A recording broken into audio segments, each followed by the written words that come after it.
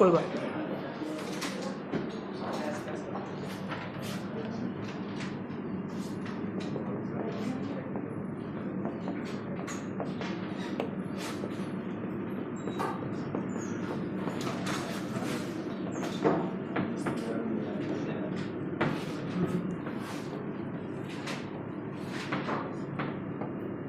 आज के लेक्चर में कूलम्स लॉ की बात ख़त्म हो जाएगी।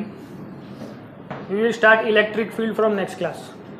जो भी हमने इस पर्टिकुलर कूलम्स लॉ के अंदर जितने भी केस हमने देखे वो सारे case can be repeated in electric field also. Same case electric field के लिए बनेंगे। अब आज का जो कंटेंट है वो थोड़ा सा समझने के लिए ट्रिकी है, बिकॉज थोड़ा बहुत आपको याद होना चाहिए होगा। नहीं होगा तो कोई बात नहीं, मैं थोड़ा रिवाइज करा दूंगा। इसका जो केस है आज का, total according to us 23 cases मैंने करा दिए। ये 23rd होगा। उसके बाद 2 और केस बचते हैं। एक आपका वेक्टर फॉर्म बाकी है हमारा, and then force in medium बाकी है। 2 चीज़ और बाकी है बस, वो आज के लेक्चर में हो जाएगा। नाउ क्वेश्चन वाज कि एक सर्कुलर पाथ है। At the center we have mounted a charge q, and at the outermost edge we have also another charge q. Now find u minimum, minimum velocity to complete the vertical circle. Minimum velocity to complete the vertical circle. ये ऐसे ही portion हमने cover किए हैं जो 11th के perspective से भी ज़्यादा इंपॉर्टेंट है और 12th के पर्सपेक्टिव से भी ज़्यादा इंपॉर्टेंट है। इसमें क्या रिवाइज हो जाएगा? सर्कुलर मोशन हमको आता है सबको? कहीं तो जवाब वाला थोड़ा डल रिस्पॉन्स भी नहीं, डल रिस्पॉन्स जो ऐसे होंगे नहीं यहाँ, थोड़ा लेक्चर मगजमारी वाला से और ध्यान जो ऐसे पूरे करना क्या है आपको? We have to find a u minimum, ऐसी वेलोसिटी जिससे ये पूरा सर्कल कंप्लीट हो जाए। यहाँ से थोड़ा आपको याद कराऊँ तो वेलोसिटी हमने ऐसा ही क्वेश्चन यहाँ पे किया हुआ है। सपोज इधर सी पॉइंट था, वेलोसिटी थी √5 rg, ऐसा कुछ याद है? फिर यहाँ पे एक बी पॉइंट था, वहाँ पे थी वेलोसिटी √3 rg। और ये वेलोसिटी लाते कैसे हैं? तो एक्चुअली ये इसके रूट्स कहाँ पे है? तो चैप्टर नंबर 5 और 6 के अंदर क्या अप्लाई करेंगे हम? तो सबसे पहले हमको आना चाहिए फ्री बॉडी डायग्राम। कितने फोर्सेस इस पर्टिकुलर चार्ज पे लग रहे होंगे वो हमें समझ में आना चाहिए। First of all, what is the condition for which vertical circle complete होता है? आप अगर ध्यान से सर्कुलर मोशन को याद करें तो हमारे पास 2 केस थे कि एक लड़का किसी गोल चीज़ को ऐसे, पत्थर को ऐसे बांध के गोल गोल घुमा रहा है, हॉरिजॉन्टल सर्कुलर मोशन। तो अगर ये पत्थर निकला तो ये कहाँ जाएगा? टेंजेंटियल डायरेक्शन के अंदर। फिर there are 2 more forces are there. एक होता है सेंट्रीपिटल फोर्सेस, एक होता है सेंट्रीफ्यूगल फोर्स। कौन कौन से फोर्स होते हैं? अब सेंट्रीफ्यूगल और सेंट्रीपिटल का डायरेक्शन क्या होता है, दैट इज द कैच, वो आपको आना चाहिए। सेंट्रीपिटल का डायरेक्शन क्या होता है? सेंट्रीपिटल मतलब टूवर्ड्स द सेंटर। समझ में आ रहा है? क्या कहाँ पे होगा? Towards the centre. और सेंट्रीफ्यूगल का डायरेक्शन कहाँ पे होगा? आउटसाइड। ऐसा क्यों? जब वो दूध वाला एग्जांपल देते हैं कि दूध को जब हम सेंट्रीफ्यूगल प्रोसेस से उसकी मिल्क की जो मलाई होती है उसको निकालते हैं, फैट को जब निकालते हैं तो क्या करते हैं? एक मशीन होता है जो उसको दूध को गोल गोल घुमाता है ताकि उसका सेंट्रीफ्यूगली उसका जो वेट है वो आउटवर्ड्स जाए, तो सारी मलाई ऊपर आ जाएगी और उसको ऐसे बाहर निकाल लेंगे। समझ में आ रहा है? तो सेंट्रीपिटल की डायरेक्शन अंदर होगी सेंट्रीपिटल फोर्स, और सेंट्रीफ्यूगल फोर्स CF वो बाहर की तरफ होगा। सिंपल। तो ऐसे कोई भी क्वेश्चन हमारे सामने आते हैं, सर्कल, किसी भी मोशन वाला क्वेश्चन अगर आता है तो हमारे पास क्या ऑप्शन है? फ्री बॉडी डायग्राम, कितने फोर्स लग रहे हैं उसको सोचना है। उसके बाद वर्क एनर्जी थियरम, ये सब चीज़ें हमें अप्लाई करना आनी चाहिए। तो पहला एप्लीकेशन क्या होता है? हमने जो भी आजकल एग्जांपल की है उसमें क्या किया हमने? तो भाई फोर्स सीखा कि अगर किसी चीज़ का मोशन हो रहा है तो ma किसके इन्फ्लुएंस में हो रहा है उसका फोर्स हम यहाँ पे उसको इक्वेट करते थे। सिंपल। तो सबसे पहले हमें फाइंड करना पड़ेगा व्हाट आर द फोर्सेस जो इस पर्टिकुलर चीज़ के ऊपर लग रहे हैं, एंड व्हाट इज द, सबसे पहले तो वर्टिकल सर्कुलर मोशन को कंप्लीट करने के लिए जो इसकी कंडीशन होती है वो क्या है, किसी को याद है? What is the condition to complete the vertical circle? अगर कोई पत्थर को किसी को घुमा के दिखा था पर आवाज उठाएगा, सपोज ये ऐसे बांधा हुआ है, now I have to do vertical circle like this, बराबर। अब इसने एक सर्कल पूरा किया, अब ऐसे करके छोड़ दिया तो नहीं गया, मतलब वेलोसिटी कम पड़ी, कुछ ज़्यादा वेलोसिटी दी तो पूरा सर्कल कंप्लीट हुआ। तो ये वेलोसिटी ऐसे, ये पार्टिकल यहाँ पे है, ये चार्ज इससे रिपल्सिव फोर्स नीचे की तरफ महसूस करेगा, एक रिपल्सिव फोर्स होगा क्यू की वजह से इस क्यू पे नीचे की तरफ, एक टेंशन फोर्स होगा इसकी तरफ, और एक ये वेलोसिटी जो उसको घुमा रही है।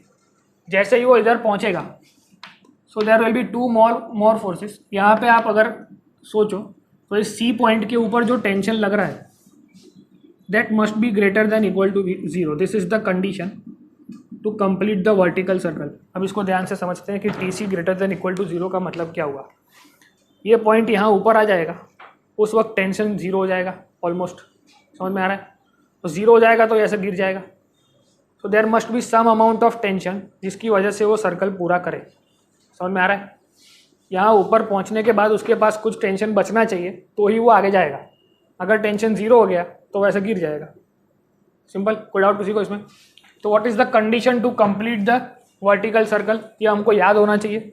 किसी भी क्वेश्चन में वर्टिकल सर्कल वाली बात आए सर्कुलर मोशन की तो हम क्या समझेंगे, T C is greater than equal to 0। ये डायग्राम बताएंगे कि इसका मोस्ट पॉइंट जहाँ पे है वहाँ पे T C greater than equal to 0 होना चाहिए। अब टी सी वाले पॉइंट पे कितने फोर्स लग रहे होंगे, इस पॉइंट पे कितने फोर्स लग रहे होंगे, मतलब दिस इज द पॉइंट जो डिसाइड करेगा कि ये सर्कल कंप्लीट होगा कि नहीं होगा। Simple. So I have to define free body diagram for this particular point. तो यहाँ पे कौन कौन से फोर्स लग रहे होंगे? एक, अगर पार्टिकल यहाँ आ गया, हमने सीखा है कि चार्ज है तो मास है, without mass charge is not possible. तो क्या होगा, सबसे पहले एक mg फोर्स होगा, प्लस नीचे की तरफ ही कौन सा होगा, टीसी, बिकॉज टेंशन फोर्स कैसे लगता है, स्ट्रिंग को टूटने ना दे ऐसे। फिर अवे फ्रॉम द चार्ज कौन से फोर्स होंगे, तो कि भाई एक तो कूलम्बिक फोर्स, इस क्यू की वजह से इस क्यू पे रिपल्सिव फोर्स। हमने अभी अभी सीखा सेंट्रीफ्यूगल फोर्स, अगर कोई चीज़ घूम रही है तो सेंट्रीफ्यूगल फोर्स भी इस तरफ होगा। सिंपल। यहाँ से इनिशियल वेलोसिटी कुछ दी है, लेकिन यहाँ पहुँचने के बाद थोड़ी यू रहेगी, वो तो अलग हो जाएगी। कोई डाउट किसी को इसमें? We have applied u at initial stage, यहाँ पहुँच के वो क्या हो गई, वी। अब सपोज इस पर्टिकुलर कंडीशन के लिए एफबीडी में हमें क्या सोचना है, this are the vertically concurrent forces at this particular point. तो वर्टिकली कॉन्करेंट फोर्सेस क्या हुए, mg plus T C is equal to, centrifugal force का फॉर्मूला होता है mv square by R plus K Q square by R square. ये समझ में आया क्या किया? सिंपली दो फोर्सेस को, कॉन्करेंट फोर्सेस थे उसको लिख दिया। अब क्या करेंगे, टीसी को मेजर बनाएंगे, सब्जेक्ट बनाएंगे, और जो भी यहाँ का कुछ आएगा that must be greater than equal to 0, तभी हम बोल सकते हैं। लेकिन हमें चाहिए यू का value, we have to find u minimum. Minimum velocity is given to this charge ताकि वो एक वर्टिकल सर्कल कंप्लीट करे। अब हमारे पास ये कंडीशन आ गई। अब इस कंडीशन से टीसी को अगर हम सब्जेक्ट बनाएंगे तो कुछ मिलेगा, इक्वेशन मिलेगा, लेकिन वो इक्वेशन मिलने के बाद वहाँ पे तो वी है, we have to find u. तो यू फाइंड करने के लिए हम क्या करेंगे, we will apply work energy theorem, कि कौन कौन से वर्क इस चार्ज के ऊपर हो रहे हैं, कौन कौन से वर्क हो रहे हैं ड्यूरिंग इट्स मोशन, यहाँ से ऊपर जाते वक्त उस चार्ज के ऊपर। अब सेंट्रीफ्यूगल फोर्स जो है, अगर ये चीज़ मैं ग्राउंड फ्रेम से ऑब्जर्व कर रहा हूँ तो क्या इस वाले कंडीशन में मैं मान रहा हूँ, इस वाले कंडीशन पे अगेन एक बार एफबीडी बनाओ।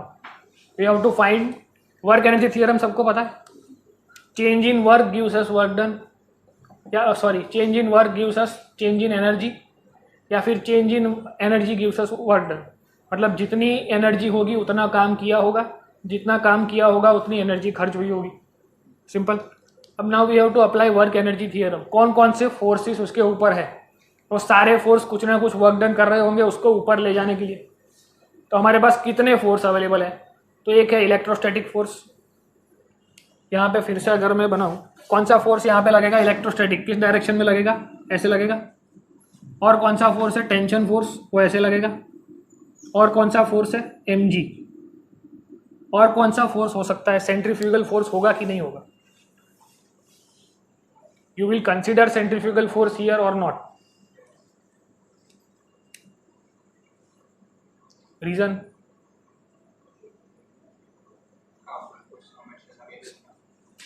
When we are solving applying work energy theorem, हम वर्क एनर्जी थियरम कहाँ से लगा रहे हैं, ग्राउंड फ्रेम से। We are observing this condition from ground frame. तो ग्राउंड फ्रेम में सेंट्रीफ्यूगल फोर्स होगा। सेंट्रीफ्यूगल फोर्स कब होगा, when you are sitting on this particle. 11th में जब हमने वो एटवुड मशीन वाले क्वेश्चन किए थे तो हमने सीखा था कि जब किसी क्वेश्चन को इजी बनाना है तो हम क्या करते हैं, एंटमैन फ्रेम कंसीडर करते हैं। वो फ्रेम का मतलब क्या होता है, we use to sit on the particle, जो मोशन कर रहा है उसी के ऊपर बैठ जाओ तो ईजी लगेगा। समझ में आ रहा है। तो अगर इसके ऊपर बैठूंगा तो I will feel centrifugal force. समझ में आ रहा है। एफबीडी बना रहा हूँ तो मुझे सारे फोर्स कंसीडर करने हैं, पर जब वर्क एनर्जी थ्योरम लगा रहा हूँ तो मैं क्या कर रहा हूँ, सेंट्रीफ्यूगल को नहीं कंसीडर कर रहा हूँ। क्यों, because we are applying centrifugal force. Centrifugal force की वजह से कोई वर्क डन एक्चुअली हो भी नहीं रहा है। लॉजिकली आप समझो तो centrifugal force is not at all helping this particle to going upwards, मतलब टेंजेंटियल डायरेक्शन में ले जाने के लिए सेंट्रीफ्यूगल फोर्स उसको हेल्प नहीं कर रहा है। वो भी एक रीज़न है। और ग्राउंड फ्रेम से अगर इसका हम ऑब्जर्वेशन लेते हैं तो सेंट्रीफ्यूगल फोर्स वैसे भी नहीं है, सिंपल। तो we will consider only this 3 forces. एक कौन सा फोर्स है, इलेक्ट्रोस्टैटिक, एक है mg, एक है टेंशन। तो there will be work energy theorem apply करने का तरीका हमारे पास क्या है, तो कि भाई work done due to tension सबसे पहली बात। दूसरा वर्क डन होगा वर्क डन ड्यू टू कौन सा फोर्स है, इलेक्ट्रोस्टैटिक फोर्स। और तीसरा फोर्स होगा work done due to mass mg। It should be equal to half mv² minus half mu²। Change in kinetic energy वो कहाँ से आया होगा, टोटल वर्क डन से। सिंपल वर्क एनर्जी थ्योरम कैसे होता है, W is equal to delta K E, final minus initial, final minus initial. इसमें आउट कोई, यहाँ से हमको क्या मिलेगा, V का जो फॉर्मूला है वो U के फॉर्म में मिल जाएगा। अब यहाँ से आप सोचो कि अगर इलेक्ट्रोस्टैटिक फोर्स कैसा है, पार्टिकल को यहाँ से अगर जो टेंजेंट बनेगा उससे परपेंडिकुलर है, तो अगर ये चाहे तो भी उसको हेल्प नहीं कर पाएगा आगे जाने के लिए, ये टेंशन भी उसको आगे जाने के लिए हेल्प नहीं कर पाएगा। तो इसकी वजह से वर्क डन क्या होगा, 0। इसकी वजह से भी वर्क डन क्या होगा, 0। समझ में आ रहा है कि due to tension force work done 0 and due to this force work done also 0। कौन किसकी वजह से उसका मोशन हुआ, तो कि इस मास की वजह से कुछ मोमेंट ऑफ इनर्शिया और रहा होगा जिसकी वजह से उसका मोशन हुआ होगा। अब इसका मोशन इसकी वजह से हुआ है, तो ये एक वर्क डन चला गया, ये वर्क डन भी चला गया, बचा WmG वाला वर्क डन। ये वर्क डन कैसे फाइंड करेंगे, फोर्स इनटू डिस्प्लेसमेंट। डिस्प्लेसमेंट कौन कितना हुआ, ये R और ये R, C पॉइंट पर वो पहुंच रहा है तो कितना होगा 2R। पर वो कैसे, किस डायरेक्शन में मोशन कर रहा है, mg तो नीचे है, माइनस y डायरेक्शन में।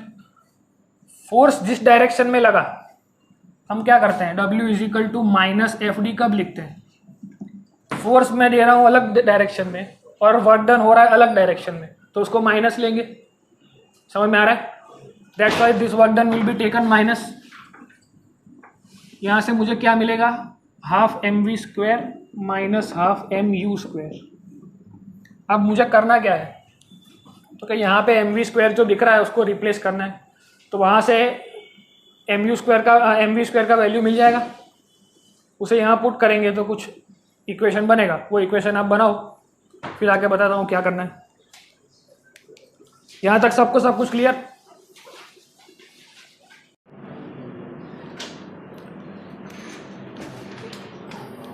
देखो इसका नेक्स्ट स्टेप क्या होगा, यहाँ से हमको चाहिए u का आंसर, तो वहाँ पे u का कोई फंक्शन ही नहीं मिला, तो वर्क एनर्जी थियरम क्यों लगाया कि भाई कौन से वर्क डन लगे इसकी काइनेटिक एनर्जी को ले जाने में।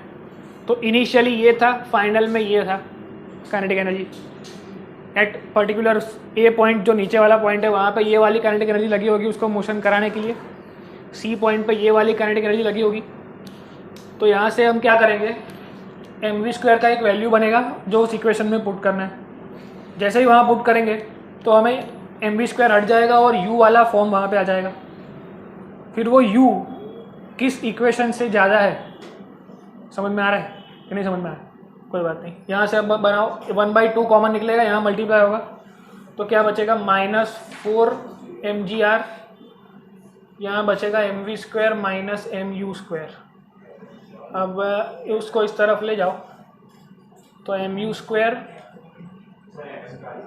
माइनस 4 mgr ऊपर है, एक मिनट, इक्वल टू mv²। अब तू m हटाई देस तो तारे mv² ની જગ્યાએ આ પુટ કરવાનું છે, ये वो आइडिया कहीं काम नहीं लगा। अब हमको यहाँ mv² को वहाँ पुट करना है, उसकी जगह ये पूरा इक्वेशन वहाँ पुट करना है।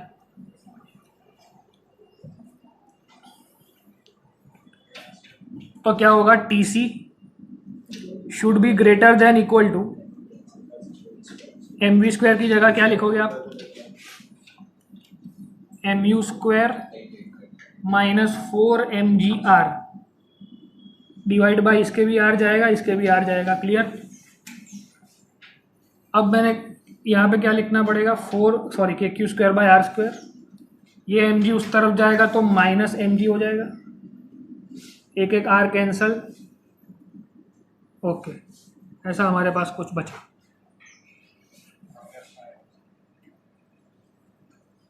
और बच्चन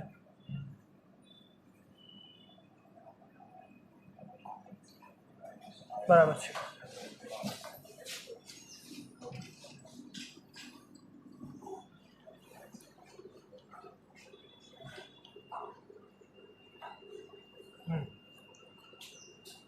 बराबर है,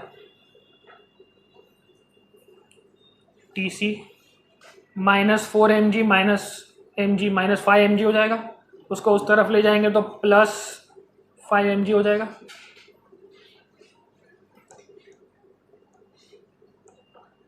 mu²/r को एक साइड रखो, बाकी सबको उस साइड ले जाओ तो क्या आएगा,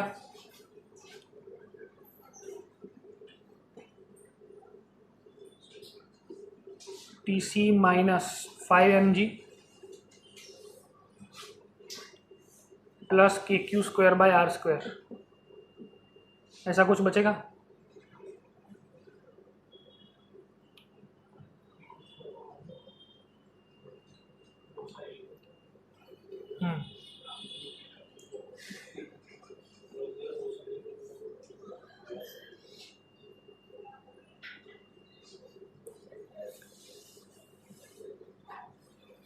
आर को मल्टीप्लाई करना पड़ेगा, m से डिवाइड कराना पड़ेगा, -5 mg बचे तो प्लस થઈ જશે, हाँ माइनस થઈ જશે।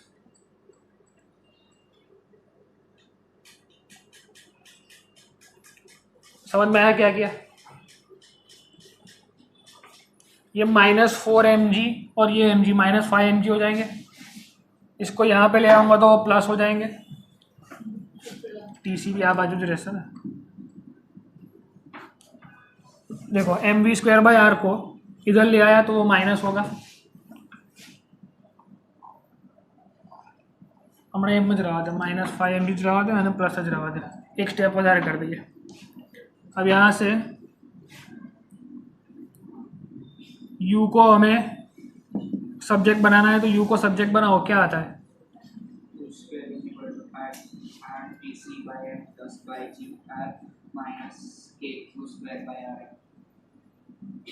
rm बराबर છે, એવું જ આવશે।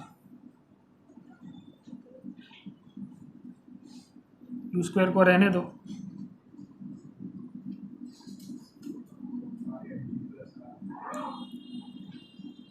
फाइव mg नहीं આવે, mgr કઈ થયા, TC ને શું કર્યું છે, TC નું ઓછો પડે છે, TC equal to this, okay. मोटो लोचो था कुछ। इधर ध्यान दो, एक्चुअली यहाँ से अगर मैं टी सी बनाऊंगा तो क्या बनेगा, M V square by R plus K Q square by R square minus M G, ऐसा बनेगा। तो ये सब कुछ जो है वो टी सी के इक्वल टू ही चल रहा है, ये पूरा टी सी ही था, समझ में आ रहा है। तो टी सी के इक्वल टू ही ये पूरा इक्वेशन है, जिसकी जगह मैंने एम वी स्क्वायर की जगह ये वहाँ से जो हम लाए उसको यहाँ हमने पुट किया। तो ये जो पूरा है वही टी सी है, समझ में आ रहा है। कोई डाउट किसी को इसमें? यहाँ से टी सी के इक्वल टू ही ये पूरा इक्वेशन बना है। यहाँ पे एम वी स्क्वायर को मैंने रिप्लेस किया। सबसे पहला इक्वेशन एक बार फिर से पहला समझा देता हूँ। एम जी फोर्स नीचे, टी सी फोर्स नीचे, M V square by R ऊपर, K Q square by R square भी ऊपर। तो ये दो फोर्स इन दोनों से इक्वेट करा दिए, टी सी के इक्वल टू सब कुछ लिख दिया। अब ये पूरा ही टी सी है। T C M V square को रिप्लेस किया वहाँ से। क्यों रिप्लेस किया? बिकॉज यहाँ वी था, हमको यू चाहिए इक्वेशन के अंदर। तो वहाँ से M U square minus 4 M G R को यहाँ रिप्लेस कराया, दोनों को आर से डिवाइड करा दिया बिकॉज नीचे आर था। अब ये जो बना, ये जो बचा वही टी सी है। और हमारा कंडीशन क्या है? T C should be greater than equal to 0। तो टी सी तो पूरा यही है, तो इसी के इक्वल टू लिखना पड़ेगा M U square by R minus 4 M G R divide by R, एक एक आर चला जाएगा, plus K Q square by R square minus M G should be greater than equal to 0। इस T C की जगह पूरी उसकी value रख दी। अब यहाँ से हमें क्या करना है, M U square by R को यहाँ रहने दो, बाकी सबको उधर ले जाओ। तो minus 4 M G minus 4 M G 5 M G होगा, उधर जाके प्लस 5 एम जी हो जाएगा। और के क्यू स्क्वायर बाय उधर जाके minus K Q square by R square हो जाएगा। अब हमें चाहिए यू का रिलेशन। तो यू का आंसर क्या आएगा? आर को मल्टीप्लाई करो, एम से डिवाइड कराओ। तो U square is greater than equal to 5, M cancel हो जाएगा, 5 जी आर बचेगा, minus K Q square by R M बचेगा। और स्क्वायर रूट सामने दे देंगे तो ये पूरा स्क्वायर रूट चला जाएगा।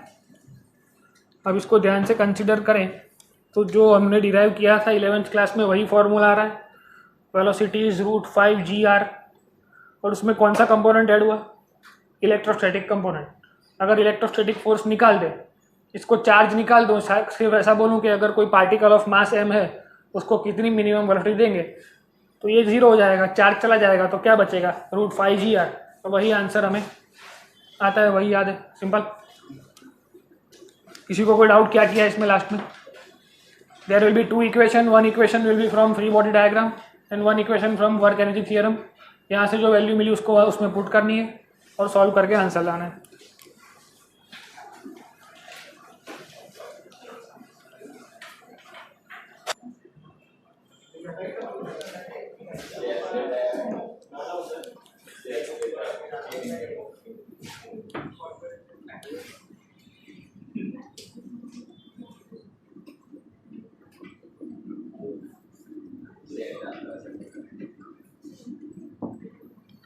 अब when can we use vector form, वो कब अप्लाई करना होगा वो सीख लेते हैं एक बार। वेक्टर फॉर्म का फॉर्मूला क्या होता है?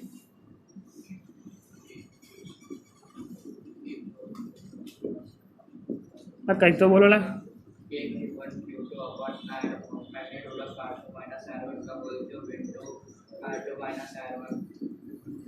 Suppose I say that Q1 charge is at R1 vector and Q2 charge is at R2 vector.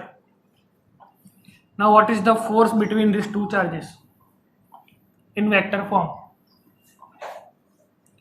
तो सिमिलर सिंपली हम क्या लिखते हैं? F on 2 ड्यू टू 1, उसका आंसर क्या लिखते हैं? K Q1 Q2 upon R का स्क्वायर। पर ये तो क्या मिला हमको? मैग्नीट्यूड ऑफ द फोर्स, मतलब इस 1 की वजह से 2 पे लगने वाला force, force on 2 due to 1। तो कहाँ लगेगा? लाइन ज्वाइनिंग द 2 पार्टिकल, और ऐसे लगेगा। This is the direction of force. तो वेक्टर फॉर्म को कैसे लिखते हैं? तो सबसे पहली बात, फोर्स जो मैंने लिखा K Q1 Q2 by R square, उसमें ये R कौन है? R1 है, R2 है, कौन है?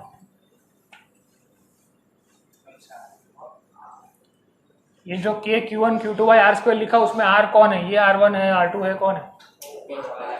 ये वाला r है। तो वो कैसे फाइंड करेंगे? डिस्टेंस फॉर्मूला से, r2 माइनस r1, सिंपल। तो ये कब काम आएगा वो समझा रहा हूँ आपको। इसको कैसे यूज़ करना है, कहाँ अप्लाई करना है, वो हमको सीखना है। और एक्चुअली वेक्टर फॉर्म है क्या वो भी समझते हैं। अब अभी तक हमने जो भी किया वो 2 डायमेंशन में था, लेकिन जब चीज़ें 3D में चली जाएंगी, ऐसी कंडीशन में विदाउट वेक्टर फॉर्म हम सॉल्व नहीं कर पाएंगे। तो 2D में हमको डायरेक्शन फिक्स थी, उसकी कोई चिंता थी नहीं। શું તકલીફ છે? અહીંયા જોડે જોડે ચાલ, જે ચાલે છે એ બોલ। એમાં તારું રિવિઝન થાય છે એટલે કહું છું કે જોડે જોડે બોલતા રહો, વચ્ચે વચ્ચે હસવું એટલે જતો રહે બહાર।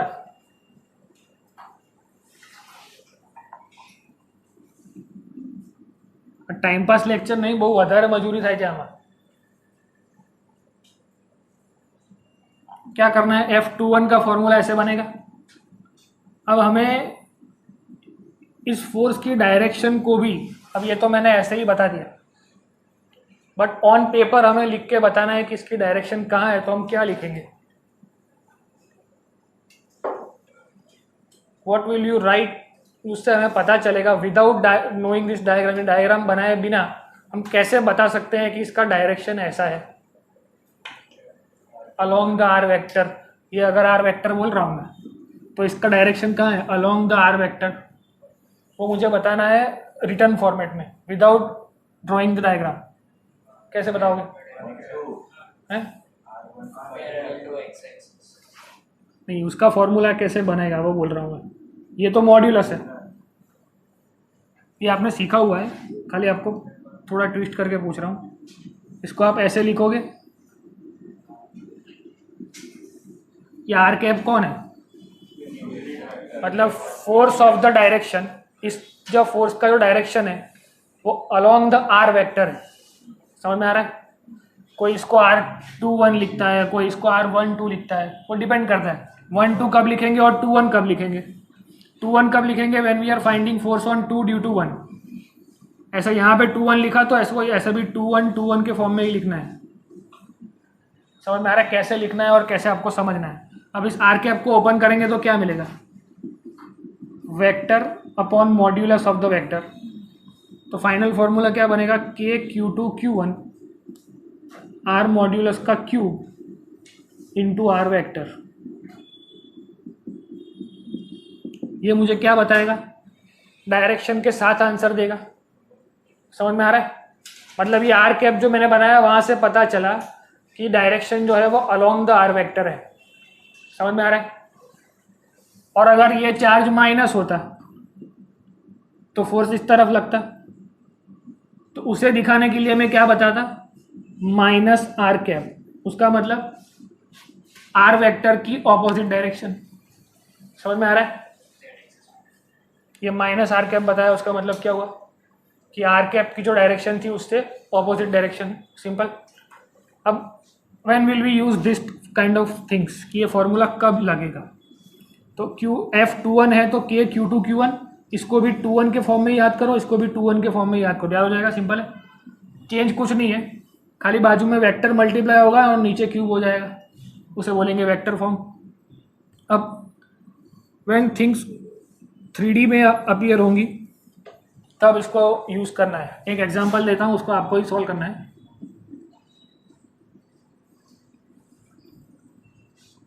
सेम क्वेश्चन, ऐसे क्वेश्चन हमने क्यूबॉइड का मोमेंट ऑफ इनर्शिया फाइंड किया था। सिमिलर चीज़ों को करना है और उसी का आंसर लाना है। तो हमारे पास ऐसी चीज़ें हैं, एक क्यूबॉइड है, सारे क्यूब के ऊपर क्यू चार्ज है on the all the vertices, mostly सबसे हो जाएगा। लेंथ ऑफ द क्यूब मतलब उसकी साइड है a = 1। Then find the force,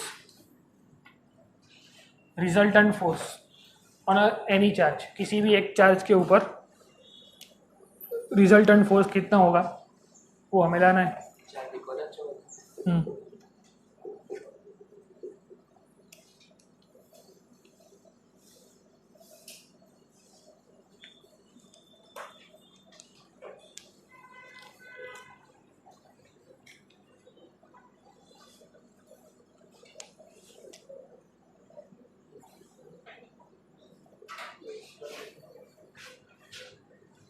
थोड़ी हिंट दे देता हूँ, सारे चार्ज को नंबर्स दे दो, 1 2 3 4 5 6 7 8। ये सारे चार्ज की नंबरिंग कर दी। हमको चाहिए net force on any charge.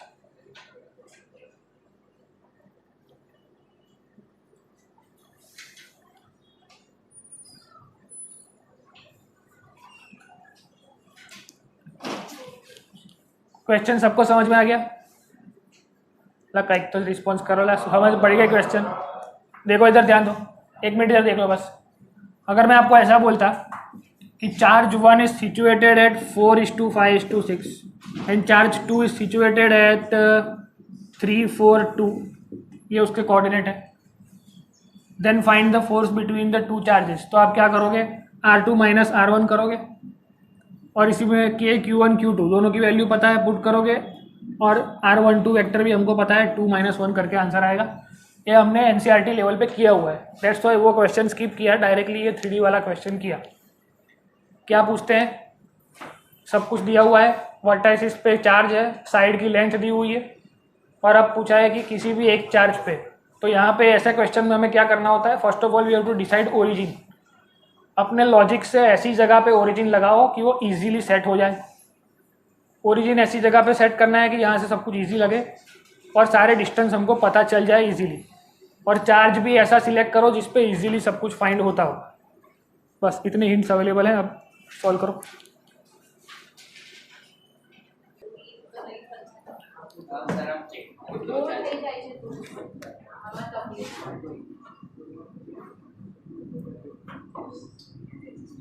देखो think like this, x y z, यहाँ पे ओरिजिन माना। ओरिजिन सोचने में सबसे पहले हमें जो भी दिमाग लगाना है वो ओरिजिन सोचने पे लगाना है। वहाँ से मैं फाइंड कर रहा हूँ इस 6 के ऊपर, एफ नेट ऑन चार्ज 6। इधर ध्यान दो, किसी भी वेक्टर फॉर्म के क्वेश्चन में, ओए बकवास बन, समझ, सबसे पहले you have to find all the coordinates. सारे पॉइंट के कोऑर्डिनेट आपको पता होने चाहिए। तो ओरिजिन मैंने इस चार्ज को माना, उसके हिसाब से मैं सारे कोऑर्डिनेट लिख सकूंगा। तो सपोज ये x पे ही है तो 1 0 0 कोऑर्डिनेट होगा इसका। समझ में आ रहा है कैसे लिखने हैं कोऑर्डिनेट्स? तो सारे कोऑर्डिनेट आप लिख पाओगे। तो first of all right all the coordinates of the 8 the charges. उसके बाद क्या करोगे? 6 पे फाइंड करना है। तो 6 के ऊपर 1 की वजह से एक फोर्स लगता होगा, उसके ऊपर 2 से भी एक फोर्स लगता होगा, वैसे टोटल 7 फोर्स लगेंगे। वो 7 फोर्सेस को हमें फाइंड करना है। समझ में आ रहा है क्या करना है? फिर उस 7 फोर्सेस को ऐड करना है। प्योर प्रैक्टिस का क्वेश्चन है, 7-8 सम के बराबर एक क्वेश्चन है, पर ये हो जाएगा तो बहुत ज़्यादा ही प्रैक्टिस आपकी हो जाएगी कूलम्स लॉ की, फिर गलती होने के कोई चांस नहीं रहेंगे। ऐसे नहीं आएगा ना। अभी we have to find in the form of I J K. Vector form का मतलब क्या हुआ? થોડું માથું દુખાવે એવું છે પણ થઈ જશે।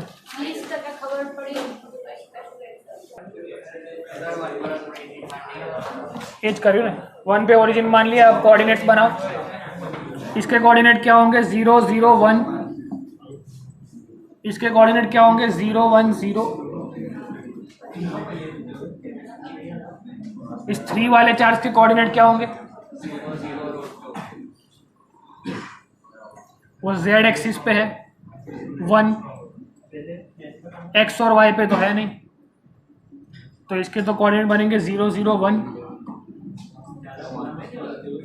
ओनली z एक्सिस पे ही है ना वो? नहीं, z x प्लेन में है तो x पे 1 0 y पे और 0 1 0 1 0 1। આ વિચાર एक्स जेड प्लेन में है तो x અને z બે જ હશે कोऑर्डिनेट। अब इसके कोऑर्डिनेट सोचो तो इसके एक्स वाई और जेड तीनों कोऑर्डिनेट में है तो 1 1 1। समझ में आ रहा है क्या कर रहा हूँ? कोऑर्डिनेट लिख रहे हैं, इधर ध्यान दो। फर्स्ट चार्ज से कोऑर्डिनेट लिखे 0 0 0 बिकॉज ओरिजिन पे है, फिर इसके लिखे 1 0 0 बिकॉज वो एक्स एक्सिस पे है, फिर ये वाई पे है तो 0 1 0, फिर ये जेड पे है तो 0 0 1। अब ये बचा, तो ये सोचो तो एक्स जेड प्लेन में है, तो अगर एक्स जेड प्लेन में है तो एक्स और जेड कोऑर्डिनेट होंगे, वाई नहीं होगा। सिमिलरली इसकी बात करो तो ये वाई जेड प्लेन में है तो इसका एक्स कोऑर्डिनेट 0 होगा। तो क्या लिखूंगा इसके बारे में? 0 1 1। जोड़े बोलसो तो तमारू सारू है भाई। अब इसके कोऑर्डिनेट लिखो 7 के क्या होंगे, वो एक्स वाई प्लेन में है तो 1 1 0। अब सारे कोऑर्डिनेट मेरे पास अवेलेबल है। अब पहला फोर्स मैं आपको लिख के दिखाता हूं, उसके बाद सब समझ में आ जाएगा क्या करना है। अब फोर्स ऑन 6 ड्यू टू 1, तो आंसर क्या आएगा? के क्यू स्क्वायर अपॉन 6 और 1 का डिस्टेंस, ये होगा 1 - 0 1 - 0 1 - 0। तो 1 1 1 will be the coordinate of R vector. उसका मॉड्यूलस फाइंड करूंगा तो क्या आएगा? √3 आएगा। √3 का क्या करना है? क्यूब। बाजू में किसको लिखना है? उसके वेक्टर को। क्या बचेगा? आई कैप प्लस जे कैप प्लस के कैप, तीनों बचेंगे। समझ में आया क्या किया? वैसे ही 6 2 का बनाओ,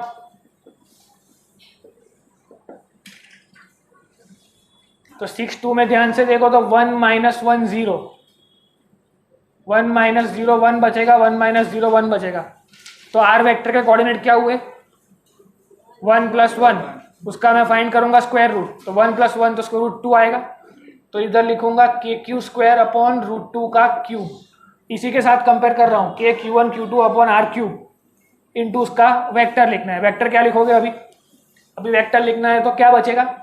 आई कैप तो गया, जे और के बचा, तो इधर क्या लिखूंगा? जे कैप प्लस के कैप। समझ में आ रहा है क्या चल रहा है? मतलब ये एक ही क्वेश्चन में एक बार सम किया, दूसरी बार किया, अब तीसरी बार करूंगा, चौथी बार करूंगा, वैसे 7 बार हम फोर्स लिखेंगे तो प्योर प्रैक्टिस हो जाएगी कूलम्स लॉ की। अब 6 3 के कोऑर्डिनेट देखो, 6 से 3 वाला कोऑर्डिनेट, तो उसमें भी 2 1 - 1 0 1 - 1 0 1 बचेगा, तो 1 का स्क्वायर रूट निकालूंगा तो 1 ही बचेगा। तो के क्यू स्क्वायर बाई 1 का क्यूब, और क्या बचेगा? जे कैप, ओनली जे कैप बचेगा। 6 3 के अंदर ओनली जे कैप बचेगा। वैसे ही अब 6 4 लिखो। अब 6 4 का खुद से बताओ क्या आएगा?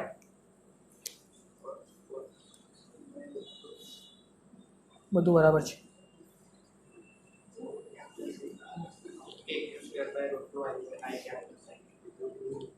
के क्यू स्क्वायर तो कॉमन ही है। 6 4 का डिस्टेंस देखना है, 6 इधर है 4 इधर है, तो 1 - 0 1 बचेगा, 1 - 0। ये क्या कर रहा हूं समझ में आ रहा है सबको? We are finding R cap, ये R cap R vector find कर रहा हूं, इसके कोऑर्डिनेट में से इसके कोऑर्डिनेट को माइनस करूंगा तो 2 बचेगा, 1 स्क्वायर प्लस 1 स्क्वायर √2 बचेगा। तो के क्यू स्क्वायर अपॉन √2 का क्यूब, उसके बाजू में और क्या बचा? आई प्लस जे। अब लिखो 6 5 का आंसर बताओ।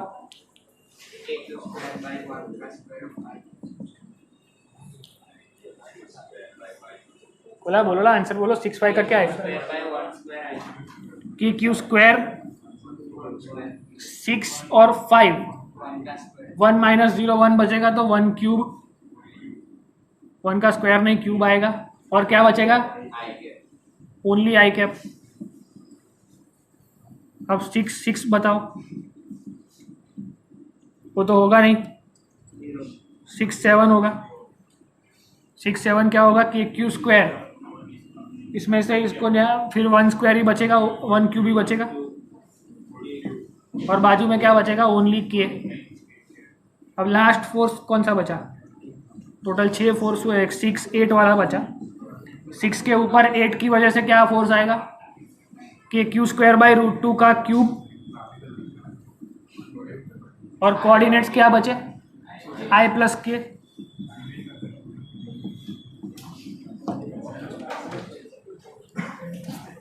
कोई डाउट किसी को कैसे सोल्व किया? अब इस 7 फोर्सेस को ऐड करना है, हो जाएगा। बस एक लास्ट क्वेश्चन दे रहा हूं, उसके बाद वेक्टर फॉर्म खत्म।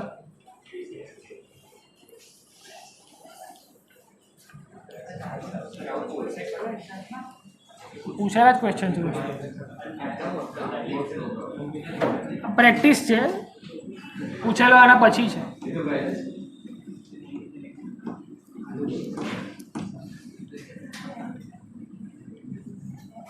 पहले कूलम्स लॉ इन मीडियम समझा देता हूँ, फिर वो क्वेश्चन होमवर्क में दे दूंगा, नहीं होता है तो नेक्स्ट क्लास में सॉल्व करेंगे। अब कूलम्स लॉ इन मीडियम हमको पता है क्या होता है। If I right Coulomb's law in vacuum तो क्या होगा? F0 का formula 1/4πε0 Q1 Q2 by r²। इसे हम मानते हैं वैक्यूम में, और एयर में भी सेम होता है। एयर में हम मान लेते हैं कि यही होगा। अगर मैं किसी मीडियम का फोर्स लिखूँ FM तो क्या आएगा? 4πε Q1 Q2 by r²। What is ε0 and epsilon? Permittivity of free space, मतलब that free how much permission is given by free space to work this force। ये फोर्स वर्कआउट होने के लिए कितना परमिशन मिला। मतलब अगर दो मैग्नेट को हवा में रखूंगा तो अट्रैक्शन होगा, उसी दो मैग्नेट को पानी में रख दूंगा तो पानी की वजह से थोड़ा फ्रिक्शन वगैरह उस पर लगेगा।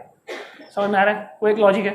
पर इसमें क्या होता है, सपोज मैंने पानी में दो चार्ज पहले रखे, पहले वो हवा में रखे एयर में, मतलब वैक्यूम में, फिर उसको पानी में रखे, तो कंडीशन क्या होगी? 2 charges were separated like this. पर अब उसको पानी में डालेंगे तो क्या सिचुएशन होगी? पानी कुछ ऐसा होता है OHH, उसमें से H पे प्लस होता है और O पे माइनस होता है। ऐसी कंडीशन हमने देखी हुई है, ऐसे आयंस उसके पास होते हैं। अब सपोज ये 2 प्लस चार्ज है जिसको पानी के अंदर डिप कर दिया, तो सिचुएशन क्या हो जाएगी? ये सारे जो पानी के अंदर नेगेटिव आयंस होंगे वो इस प्लस को घेर लेंगे। सपोज पहले एक ही चार्ज है, एक पे ही समझते हैं। तो कंडीशन क्या होगी? अब एक ही चार्ज है और वो पानी में डाल दिया तो क्या होगा? ये माइनस चार्ज जो है वो इस प्लस को ऊपर नीचे घेर लेगा। समझ में आ रहा है क्या हो रहा है? कोई डाउट किसी को क्या हुआ ये? अब मैं दूसरा चार्ज यहाँ पे पुट करूँ तो उसके साथ भी वही केस होगा, उसको भी सारे माइनस चार्ज घेर लेंगे। तो पहले जो फोर्स था वो ये था, वैक्यूम का फोर्स। इसको क्या बोलते हैं? चार्ज ऐसे उसकी तरफ आ जाए, उसको हमने प्रॉपर्टीज ऑफ चार्ज में सीखा हुआ है, जो हुआ इसको क्या बोलते हैं? इंड्यूस हुए चार्ज। समझ में आ रहा है? So there will be one force F induced. पहला एक फोर्स होगा। कूलम्स लॉ में एक और चीज सीखी थी हमने कि if there are 2 charges Q1 and Q2, Q1 की वजह से Q2 पे रिपल्सिव, Q2 की वजह से Q1 पे रिपल्सिव, और अगर मैं एक तीसरा माइनस चार्ज यहाँ पे ले आऊँगा तो क्या होगा? पहले वाले फोर्स में कोई डिफरेंस आएगा? नहीं आएगा। हमें कूलम्स लॉ में ये सिखाया गया था, ये इसका प्रॉपर्टी है कि suppose there are 2 charges plus Q, इधर भी एक प्लस Q और एक नीचे माइनस Q बाद में आया, तो इसकी वजह से इसके ऊपर रिपल्सिव फोर्स होगा F21, इधर होगा F12, और ये तीसरा चार्ज आया, इन दोनों में अट्रैक्शन होगा, इन दोनों में भी अट्रैक्शन होगा। ये भी कोई फोर्स नया मिलेगा, ये भी कोई फोर्स नया मिलेगा, पर उसकी वजह से पहले के जो 2 फोर्स एग्जिस्टेंस में थे उसमें कोई चेंज नहीं आएगा। नेट फोर्स में कुछ चेंज आएगा, पर हमें क्या बोलना है कि पहले जो फोर्स था लाइन ज्वाइनिंग द 2 पार्टिकल्स, उसमें कोई चेंज नहीं आएगा, वो तो रहेगा ही। समझ में आ रहा है? वैसे ही अब इन दोनों के बीच में कोई फोर्स होगा जो नेचुरल फोर्स है, और एक और फोर्स आ गया इन सब माइनस चार्जों की वजह से, तो इसके अंदर से इसको निकाल दूंगा तो ये आना चाहिए। समझ में आ रहा है क्या बोल रहा हूं मैं? मतलब F इंड्यूस होगा, उसको मुझे वैक्यूम वाले फोर्स में से माइनस करना पड़ेगा, तब मुझे ये मिलेगा। समझ में आ रहा है? कोई डाउट किसी को? इसीलिए मीडियम में लगने वाला फोर्स डिपेंड करता है, डिपेंड्स ऑन मीडियम। सपोज पानी में है तो उसके अंदर नेगेटिव आयंस कितने हैं, सपोज कोई और लिक्विड है तो उसके अंदर नेगेटिव आयंस कितने हैं, अकॉर्डिंग टू दैट हमको क्या दिया होगा, एप्सिलॉन का वैल्यू दिया होगा। सपोज इन दोनों का मैं रेशियो ले लूँ तो क्या मिलेगा, दोनों चार्ज सेम, डिस्टेंस भी सेम, 1/4 सेम, 1/4 सेम, क्या बचा 1/एप्सिलॉन 0 अपॉन 1/एप्सिलॉन। इसको मल्टीप्लीकेशन में ले जाना है तो क्या बचेगा, एप्सिलॉन/एप्सिलॉन 0 क्या है, एप्सिलॉन आर। इसे बोलते हैं relative permittivity. Relative permittivity of vacuum क्या होती है, 1। दैट्स वाई हमारा आंसर में कोई चेंज नहीं, वही का वही फोर्स लगेगा। Relative permittivity of medium change हो जाएगी, मतलब ये एफ इंड्यूस में एप्सिलॉन आर का यूज करेंगे और वो अलग आएगा, समझ में आ रहा है। तो मतलब मीडियम का फोर्स जो है वो वैक्यूम का और माइनस इंड्यूस का माइनस करना होता है। इतना डिटेल में कभी नहीं आएगा, पर समझने के लिए एक बार ये लिख लो कि एफ इंड्यूस जो होता है वो ऐसे होता है, उसमें से वैक्यूम में से उसको माइनस करो तो ये मिलता है। अब इसका रिलेशन देखो, F O by F M किया था हमने, तो F O by F M equal to epsilon R मिला। ये एमसीक्यू आता है, ये इंपॉर्टेंट है। एक तो ये फॉर्मूला हमको रटना है, दूसरा ये रटना है। ये क्या मिला हमको, रिलेटिव परमिटिविटी अगर हमको दी है तो इसको ध्यान से समझो मैं क्या बोल रहा हूँ। F O is equal to relative permittivity into medium का फोर्स, मतलब वैक्यूम का फोर्स मीडियम के फोर्स से इतने मल्टीपल में है, समझ में आ रहा है, मतलब वो ज़्यादा होगा ऑलवेज।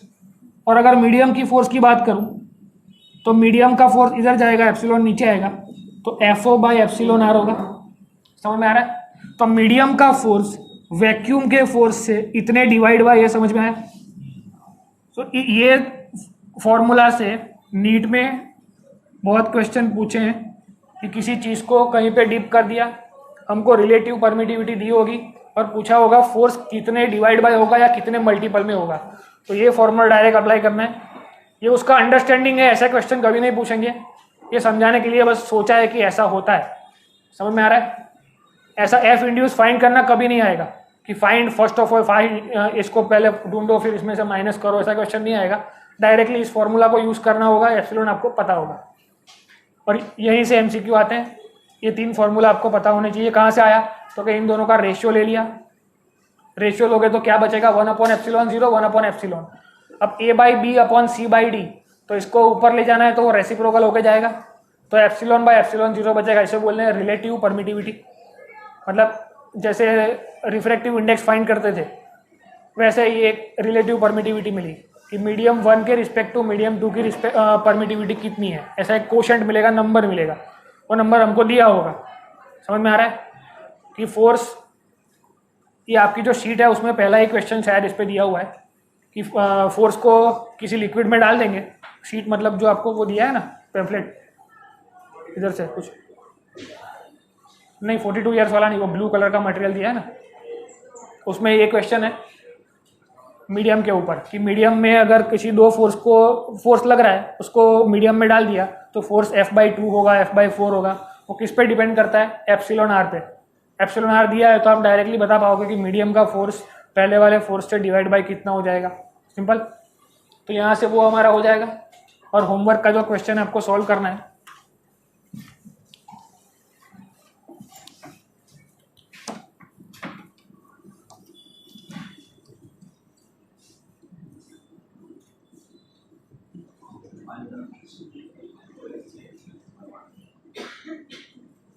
ये पूछा गया क्वेश्चन है,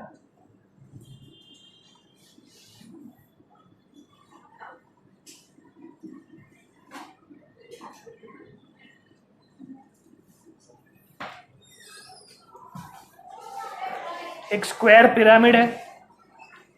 स्क्वायर पिरामिड में ओरिजिन से लेकर के इस पॉइंट का डिस्टेंस है a और बाकी सारी साइड का डिस्टेंस है √2a। इसके टॉप मोस्ट पॉइंट पे Q चार्ज, बाकी सब पॉइंट पे भी Q चार्ज रखा हुआ है। Then find the F net on the top most charge. इस चारों चार्ज की वजह से इस 1 के ऊपर जो रिजल्टेंट फोर्स लगता है उसे हमें फाइंड करना है। कैसे करना है, तो we have to decide origin. थोड़ा लॉजिक लगा के हमको ओरिजिन डिसाइड करना पड़ेगा। 5 मिनट रुको बस। इसका ओरिजिन कहाँ रखोगे आप,